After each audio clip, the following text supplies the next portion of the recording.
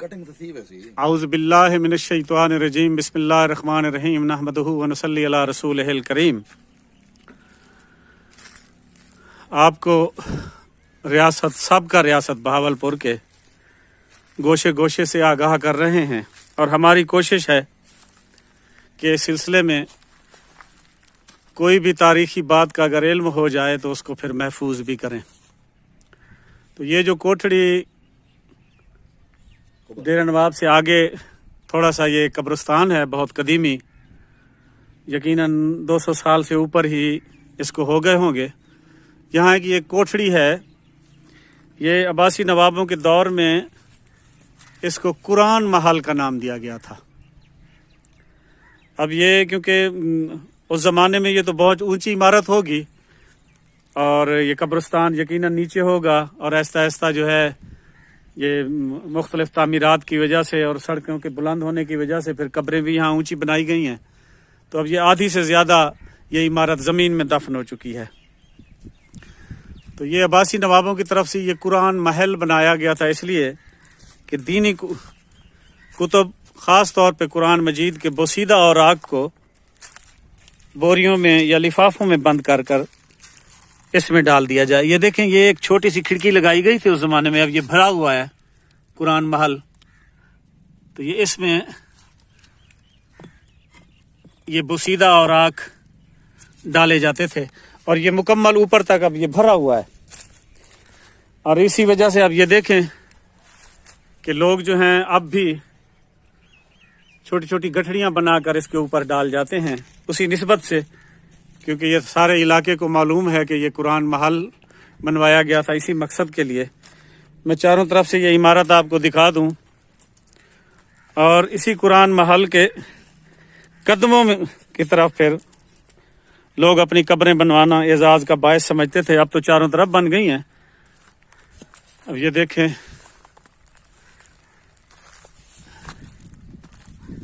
یہ دیکھیں اس کی بناوٹ ملاحظہ فرمائیں، اور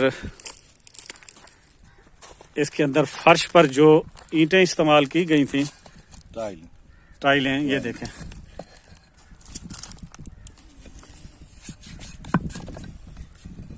یہ دیکھیں،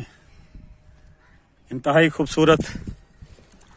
اب یہ کاش اب یہ پانی کے نکاس کی پرنالہ ملاحظہ فرمائیں، اور یہ بہت نیچے تک ہے۔ یہاں اس کا دروازہ ہوا کرتا تھا جو اب بند کر دیا گیا ہے۔ یہ دیکھیں داخلے کا، پھر یہ اس دروازے کے بعد پھر لوگوں نے میرے خیال میں اس کھڑکی کو استعمال کرنا شروع کر دیا جب یہ بھر گیا ہوگا، یا یہ بھی ہو سکتا ہے کہ یہ روشن دان ہو، یہ چھوٹی سی جو اس طرف کھڑکی ہے روشنی کے لیے اور ہوا کے لیے۔ اور اسی قرآن محل کے حوالے سے میں آپ کو ایک دلچسپ اور ایمان افروز بات بھی بتا دوں کہ ایک بزرگ تھے، اور انہوں نے اپنی ساری زندگی اسی قرآن محل کے سائے ہی میں گزار دی۔ وہ یہاں جو لوگ بوسیدہ اوراق لے کر آتے تھے ان سے وصولی کر کے پھر اس پہ ڈالا کرتے تھے، اس کی صفائی وغیرہ کا اہتمام کیا کرتے تھے، اور اسی قبرستان ہی میں انہوں نے اپنی ساری زندگی گزار دی۔ اب کاش اس بزرگ کے متعلق کوئی مجھے نشاندہی ہو جاتی کہ ان کی قبر مبارک کہاں ہے، تو میں وہ بھی آپ کو ضرور دکھاتا، لیکن بس اتنا معلوم ہوا ہے کہ ملنگ اس زمانے میں بزرگوں کو جو دنیا سے لا تعلق ہو کر صرف اللہ اور اس کے رسول کے نام کی بات کیا کرتے تھے، ملنگ فقیر بھی کہا جاتا تھا، تو وہ ملنگ اور فقیر جو تھا یہیں اسی قرآن محل کے ساتھ ہی منسلک رہا اپنی آخری سانس تک۔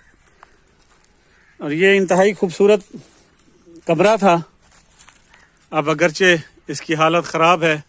اور آدھے سے زیادہ تو یہ زمین میں دفن ہو گیا ہے، کیونکہ چاروں طرف قبروں کی اونچائی جو ہے مٹی ڈلتی ہے تو یہ نیچے ہوتا جا رہا ہے، ورنہ یہ یقیناً 12 فٹ پر اس پر چھت ڈالی جاتی تھی، اور پھر 12 فٹ کے اوپر وہ گول سا گنبد نما بھی ہے، تو اس کا مطلب ہے یہ زمین میں تقریباً 7-8 فٹ تک دھنسا ہوا ہے. یہ عمارت جو ہے زمین میں 7-8 فٹ تک دھنسی ہوئی ہے، اس کا مطلب ہے. اور اس کی لمبائی چوڑائی آپ ملاحظہ فرمائیں اور اندازہ کریں کہ 200 سال پہلے کے اوراق اگر یہاں پر کوئی ایسی تنظیم آئے یا کچھ لوگ ایسے آئیں جو انتہائی احتیاط کے ساتھ اور مذہبی روایات کو، ادب کو، احترام کو ملحوظ خاطر رکھتے ہوئے اس میں سے پرانے اوراق نکالیں تو یقیناً اس عمارت میں سے ہاتھ کے ذریعے لکھے ہوئے، کیونکہ یہ چھاپے خانے تو اب آئے ہیں، پرانے دور میں تو لوگ اپنے قلم سے خطاط جو ہوا کرتے تھے قرآن مجید اور یہ کتابیں لکھا کرتے تھے، تو اس عمارت میں سے یقیناً انتہائی نایاب اور قیمتی نسخہ جات جو دینی کتب کے ہوں گے وہ بھی نکل سکتے ہیں. لیکن اس طرف میرے خیال میں کوئی توجہ نہیں دے گا اور یہ خزینہ جو ہے یہاں مٹی میں ہی دفن ہو جائے گا. میرا تو بڑا دل چاہتا ہے کہ میں یہ کھڑکی کھلواؤں، اس کا سامنے والا دروازہ کھلواؤں اور یہاں اپنے دوستوں بھائیوں کے ساتھ بیٹھ کر انتہائی ادب اور احترام کے ساتھ باوضو ہو کر یہ تمام اس میں سے جو بوسیدہ اوراق ہیں ان کو آرام سے باہر نکال کے وہ خزینہ تلاش کروں جو اس میں یقیناً موجود ہوگا، اور نامور خطاطوں کے لکھی ہوئی کتب اور کلام پاک کے نسخے اس میں سے مل سکتے ہیں. لیکن بہرحال تاریخ جو ہے جگہ جگہ پر بکھری ہوئی ہے اور دفن بھی ہے مختلف عمارتوں میں، مختلف جگہوں پر، جن کے لیے انتہائی، جس کو باہر نکالنے کے لیے، منظر عام پر لانے کے لیے انتہائی محنت اور وقت کی ضرورت ہے، جو آج کل کی پود کے پاس مشکل ہے. اب اسی قرآن محل کے ساتھ یہ پرانے درخت بھی ملاحظہ فرمائیں. یہ تو اتنا زیادہ پرانا نہیں ہے، نیم کا درخت ہے، یہ نیم کا پرلی طرف ہے. اور یہ کوئی شرحی آدن ساری بولی یہ شرحی دیکھو، یہ پرانا درخت تک ہے نہیں ڈوہے تو اندر نال جڑی ہے جال کھڑی ہے، جالی قبرستان بلا ہو جن. اور سیانے بزرگ یہ آدھن جو جالی جڑے ہیں انہاں دے پلن دا ذریعہ جڑا ہے انسانی ہڈیاں دی جڑی خوراک استعمال تھیندی ہے. انہاں نے جڑاں دور دور تک پھیل ویندن قبرستان وچ، اور جڑے انسان قبریں دفن ہوندن انہاں دی ہڈیاں دی جڑی طاقت ہے وہ انہاں دی جڑاں دے وچ شامل ہوندی. ہن اللہ جانے اصل گال کیا ہے، بزرگی میں گالی کرندے نے. یہ جال کا درخت یقیناً بہت پرانا ہے، اور آپ دیکھیں ہم آپ کو کہاں کہاں لے کر جا رہے ہیں، اور میں اپنے دوستوں بھائیوں کا بھی بہت شکر گزار ہوں جو ایسی نایاب جگہوں کی نشاندہی کرتے ہیں جن کو آج ہم محفوظ تو کر رہے ہیں، لیکن جس حساب سے اب یہ قرآن محل زمین کے اندر دھنستا جا رہا ہے، مجھے نہیں لگتا 10-15 سال کے بعد یہ عمارت اپنی جگہ پر موجود ہوگی. کہ عباسی نواب اپنے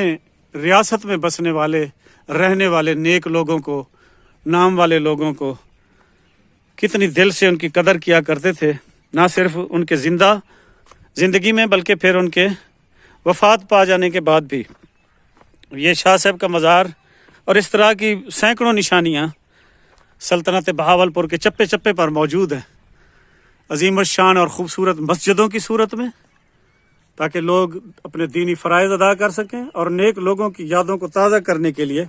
ان کے لیے انتہائی خوبصورت اور عظیم الشان مزارات کی صورت میں. اب یہ دیکھیں، یہ اس مزار میں داخل ہونے کا راستہ ہے،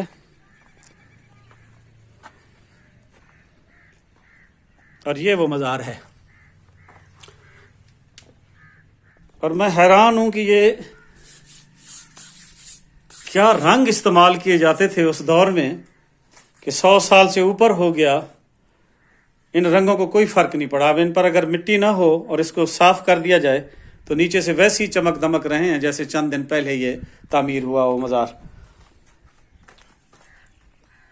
اس مزار میں داخلے کے 4 دروازے ہیں. یہ یقیناً ہوا کے لیے بھی ہوں گے، روشنی کے لیے بھی ہوں گے اور داخلہ بھی ہے۔ اب میں ان شاہ صاحب کی جو تاریخ ہے مکمل وہ آپ کو ایک اور شاہ مخدوم سید علی رضا شاہ صاحب کاظمی کی زبانی سنواؤں گا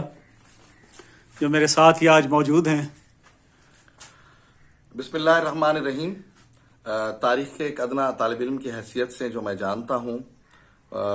وہ یہ ہے کہ یہ کہیری قوم جو ہے یہ ڈیرہ نواب اور اس کے مضافات میں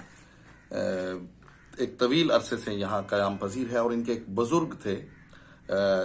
بندل شاہ کہیری، جو کہ ریاست بہاولپور میں مختلف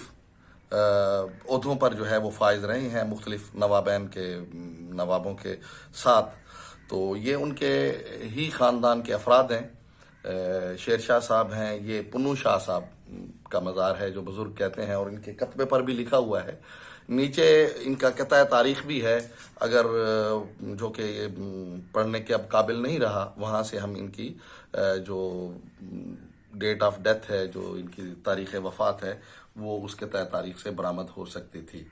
تو یہ پنو شاہ صاحب ہیں بندل شاہ کہیری کے خاندان سے، اور یہ ایک بڑا با اثر خاندان تھا ریاست بہاولپور کا۔ اور اس کے بعد بھی اسی خاندان سے تعلق رکھنے والے جو افراد ہیں، محلہ کٹرا احمد خان احمد پور شرکیہ میں بھی وہ رہائش پذیر رہے ہیں۔ ان کے کچھ افراد اس خاندان کے اب بہاولپور میں ہیں، اور یہ خاندان ہمیشہ جو ہے وہ بڑے عہدوں پر فائز رہا ہے، اور پاکستان بننے کے بعد بھی ان کی اولاد جو ہے وہ افواج پاکستان میں انتہائی اعلیٰ اور اہم ذمہ داریوں پر نبھاتی رہی ہیں اور ان پر فائز رہے ہیں۔ تو یہ پنو شاہ صاحب ہیں۔